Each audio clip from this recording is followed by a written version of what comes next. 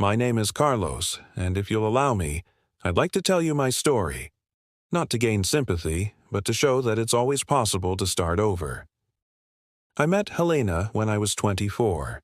At the time, I'd already been working as a school monitor for 2 years, an honest job that allowed me to pay my bills while slowly trying to complete my history degree. She was a substitute literature teacher, with eyes that sparkled when talking about books and a smile that lit up any room. Ours wasn't a love story straight out of the movies, but one built slowly, like a house with solid foundations. We started with shared coffees between classes, evolved to simple dinners at my place, where I cooked with the same dedication I put into everything in life. 2 years later, we had a civil wedding with few witnesses, but with the certainty that we were building something lasting. The early years were a joint struggle. I worked as a monitor during the day and studied at night, while Helena taught at 3 different schools. When she got pregnant with Pedro, our first son, I took double shifts so she could rest. I never complained. The honest work, though modest, supported our family, and that was enough for me. One day, I'll finish my degree, I'd tell Helena, holding her as we looked at our newborn son. And I'll be a teacher, you'll see.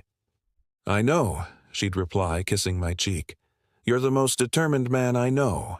When Laura was born 4 years later, I'd been promoted to discipline coordinator, but the position still involved monitoring duties.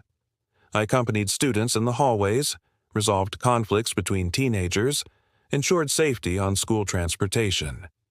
It was work that required patience and genuine interest in young people, qualities I've always had in abundance. 24 years passed like this. I watched Pedro and Laura grow with pride, taught my son to ride a bike, helped my daughter with math homework, never missed a parent-teacher meeting. It was a simple life, but full of meaning.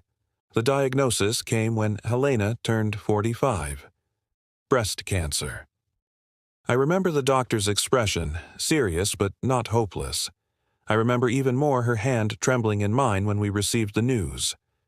We'll get through this, I promised, looking into her eyes. Like we've gotten through everything together. And we did. I reorganized my life around her treatment, reduced my work hours to take her to chemotherapy sessions, learned to administer medications, prepared special meals when nausea prevented her from eating normally. On the most difficult nights, when pain kept her awake, I'd read to her, passages from history books I was studying for my university courses, which I'd finally resumed. You should teach, she told me one of those nights, weak but smiling. You have a calming voice. Someday, I'd reply, adjusting the blanket over her shoulders, when you're better. The illness brought a new dynamic to our family. Pedro, already a teenager, took on more responsibilities. Laura became her mother's confidant. And me? I was the foundation that wouldn't let the structure collapse.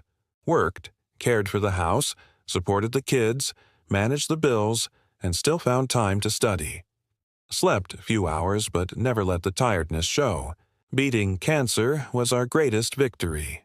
When Helena was discharged after 2 years of treatment, we had a small celebration at home. Her hair was starting to grow back, short and curly. She smiled in a way I hadn't seen in a long time. Now it's your turn, she told me that night, holding my hands across the table. I'll support you to finish your degree. It was around this time that Helena decided to return to studies. She enrolled in pedagogy, determined to specialize. I supported her decision immediately, even though it meant more work for me. Adjusted my schedule to continue caring for the house while she dedicated herself to classes. After I graduate, we'll get better positions, she'd argue, and you can finally dedicate yourself full-time to your studies. I agreed, happy to see her so enthusiastic. During the 3.5 years of her degree, I maintained the same exhausting routine. Work in the morning, house care in the afternoon, studies at night. Sometimes, while Helena wrote her assignments in the living room, I'd read my history books in the kitchen, sharing the same quiet space. My children, now young adults, said they admired my resilience. Both knew that without my constant effort, our family wouldn't have overcome so many adversities. With 4 months left for Helena to complete her degree, something began to change. I noticed first in small things. She came home later from university, said she had group meetings, avoided conversations about the future. When I tried to kiss her, she'd turn her face away, saying she was tired. One Tuesday evening, Helena asked to talk. We sat on the porch, the same place where, years before, we'd dreamed of a better life. "I need to be honest with you, Carlos," she began, her hands trembling slightly. "I'm feeling embarrassed." "Embarrassed? Why?" I asked, genuinely perplexed. "About your job, about your 25 years as a school monitor. My university classmates, my professors, they all have husbands with more recognized professions." I felt the words like physical blows. 24 years of marriage, shared struggles, overcome illnesses, reduced to shame over a job title. "I don't understand," I managed to say, my voice choked. "My work has always been honest. We've always supported our family with dignity." "It's different now," she insisted, avoiding my gaze. "When I'm a graduated pedagogue, I can't be seen with a school monitor. People judge." The word shame echoed in my mind in the following days. Helena moved to the guest room and 2 weeks later asked for a divorce. She argued she needed to grow and that I represented a past she was ashamed of. My children were devastated. Pedro, usually calm, confronted his mother. "How can you do this to Dad? After everything he did for you? For us?" "You wouldn't understand," was the only response Helena could give. Laura cried for days. I, for my part, remained firm, at least in front of them. In private moments, however, I questioned myself. Had all that sacrifice been worth it? So much unconditional support to ultimately be discarded like a shame? The first months after the separation were the hardest of my life. The house that once echoed with laughter was now too quiet. My children, though they supported me unconditionally, had their own lives to attend to. It was during one of these lonely nights that I found an old box at the back of the closet.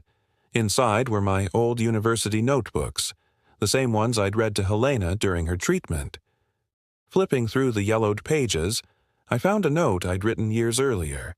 "History isn't just about what we were, but about what we can become." In that moment, something awakened within me.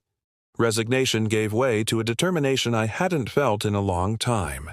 If Helena was ashamed of my work as a monitor, I'd show her, and myself, that my worth wasn't in a job title, but in my ability to reinvent myself. I resumed my studies with a ferocity that surprised me. The same early mornings I'd dedicated to caring for her, I now dedicated to books. The Saturday afternoons we'd spent planning our future together were now filled with research and academic work. My professors, who knew my story, admired my resilience.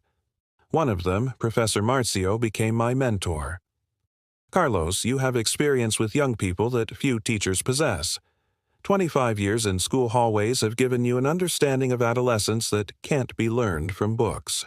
While I was rediscovering myself through studies, Helena graduated with honors.